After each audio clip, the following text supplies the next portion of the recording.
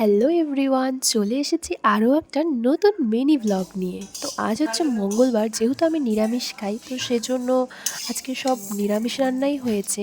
আর যেহেতু ওয়েদারটাও বৃষ্টি বৃষ্টি, মানে একটু আগে প্রচণ্ড বৃষ্টি হয়েছে মাদারিহাটে, আলিপুরে হয়নি, মার সাথে কথা বলে যতটুকু জানতে পারলাম। তো ভাবলাম যে নিরামিষ তরকারি আছে, তো সাথে একটু খিচুড়ি রান্না করে নিলে কেমন হয়। এই বৃষ্টি ওয়েদারে কিন্তু খিচুড়ি খেতে ভালোই লাগে।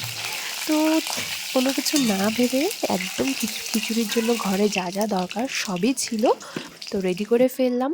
তো ফার্স্টেই আমি কড়াইতে তেল গরম করে যা যা এখানে ফোড়ন দেওয়ার, এই জিরে, তারপরে শুকনো লঙ্কা, তেজপাতা, এগুলো সব কিছু ফোড়ন দিয়ে আমি সবজিগুলো দিয়ে দিয়েছি। আর সবজিতে আমি দিয়েছি কোয়াশ, গাজর, ফুলকপি। আলুটা দিইনি, কারণ আমি নিরামিষ তরকারি যে করেছি সেটাতে আলু ঠালু মানে যা যা দরকার, মূলো, আলু, তারপরে গাজর, ভেন্ডি, তারপরে আরও যা যা দরকার নিরামিষ সবজির জন্য, পুঁই ডাঁটা, কুমড়া সবই দেওয়া আছে। তো এখানে যে আমার পছন্দের সবজি সেগুলোই দিয়েছি, কোয়াশ দিয়েছি, গাজর আর হচ্ছে ফুলকপি। আর এখানে একটু আদা ঘষে দিচ্ছি, জিরে গুঁড়ো, ধনে গুঁড়ো যা যা লাগে সবই দিয়ে দিয়েছি, লবণটাও দিয়ে দিয়েছি, হলুদটা একটু পরে দেবো।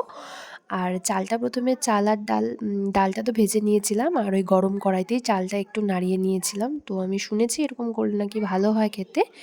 তো আমি হলুদ লবণও মিশিয়ে নিয়েছি, এটাকে ভালো করে মিক্স করে নিব। আর টমেটোটা আমি সবার লাস্টে দিলাম।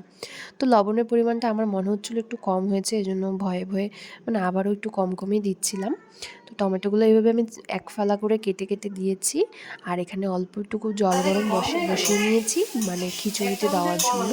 না থাক, অল্পই তো চাল। হুম,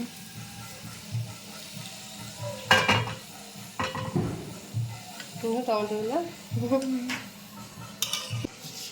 জল দিয়েছি, দাও টমেটোগুলো দেখো, এই দেখো গলবে মানে সুন্দর লাগবে যখন হয়ে যাবে। কালারটাও ভালো আসছে না, মিষ্টি মিষ্টি কালার। এখানে সামান্য একটু চিনি দিয়ে দিচ্ছি, টেস্টটা একটু ব্যালেন্স রাখার জন্য। তো যে কোনো তরকারিতে চিনি দিলে টেস্টটা খুব ভালো আসে। জল দিয়ে দিয়েছি, আর এখন অল্প ঢেকে দিয়েছি, কিছুক্ষণ পর পর ঢাকনা উঠিয়ে দেখছি যে আলটিমেটলি হয়েছে কিনা। তো আর এই সময়টা মানে ফ্রি টাইমটা, এখন তো ফ্রি টাইম, এখন কিছু করতে হবে না খিচুড়িতে। তো সেজন্য একটু ভিডিও করছিলাম আর তোমাদেরও ঘরটা একটু দেখাচ্ছিলাম, যে একটু গুছিয়ে রেখেছি আলনাটা, ড্রেসিং টেবিলটা।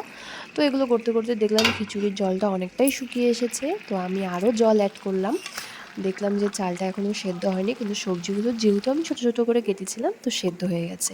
তো চাল ডাল সব সিদ্ধ হয়ে গেছে, এখন হচ্ছে ঘি দিয়ে নামিয়ে দিব। তো এখানে কিছুটা পরিমাণ ঘি দিয়ে দিচ্ছি, ঘিটা ভালো করে মিক্স করে একটু ঢাকা দিয়ে তারপরে নামিয়ে নিব। ফাইনালি কমপ্লিট আমার খিচুড়ি রান্না। আর দেখতে ঠিক এরকম হয়েছিল, ঝোলটাও অনেকটা শুকিয়ে গিয়েছিল, জলটা আর কি।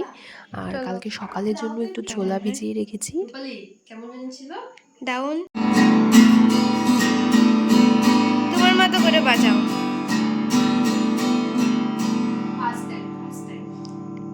বাজাও বাজাও,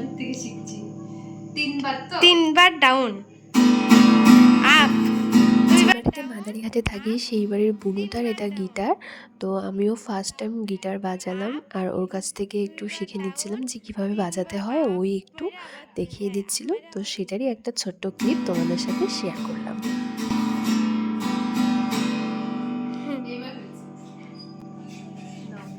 অনেকক্ষণ গিটার বাজানোর পরে খিদেও পেয়ে গেছিলো, যেহেতু এত কিছু রান্না করেছি, এত কিছু বলতে খিচুড়ি রান্না করেছি আর বাসন মেজেছি, যাই হোক।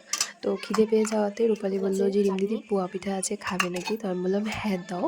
তো পিঠেটা নিয়েও বসে পড়েছি। আর এই যে লাবড়াটা তোমরা দেখছো, সব রকম সবজি দিয়ে আমি করেছি, আর আমের চাটনি করেছিলাম এই যে। তো এটাই ছিল আজকের মেনু। আর পাঁপড় ভেজে নিয়েছিলাম, ভাজা ছাড়া মানে ভালো লাগে না খেতে। আর ওর জন্য পাঁপড় ভাজা ও করতে না বলেছে, তো ও খাবে ডিম আমলেট দিয়ে। তো ওর যেহেতু নিরামিষ নেই, ও ডিম আমলেট দিয়ে খাবে, আর আমি পাঁপড় ভাজা দিয়ে। তো খাওয়া দাওয়া বেশ ভালোই হয়েছিল খেতে, নিরামিষ তরকারিটা তো ভালো হয়েছিল, আর খিচুড়িটাও গরম গরম খেতে খুব ভালো লেগেছে। পাঁপড় ভাজা চাটনি দিয়ে খেতে তো আমি খুবই ভালোবাসি। আর বাইরের ওয়েদারটাও ভালো লাগছিল না, এমনি সময় জানলা খোলাই থাকে, কিন্তু ভাবলাম না আটকে দিই। তো সেই জন্য জানলা টানলা সব আটকে দিয়েছিলাম। আর এখন বাজে 10:30টার মতো। আর কাল আছে আমার ইভিনিং ডিউটি, তো সকালে অনেকক্ষণ ঘুমোতে পারবো। তো ঠিক আছে, চলো, অনেক কথা বলে ফেলেছি আজকের মতো। সবাইকে বাই, গুড নাইট।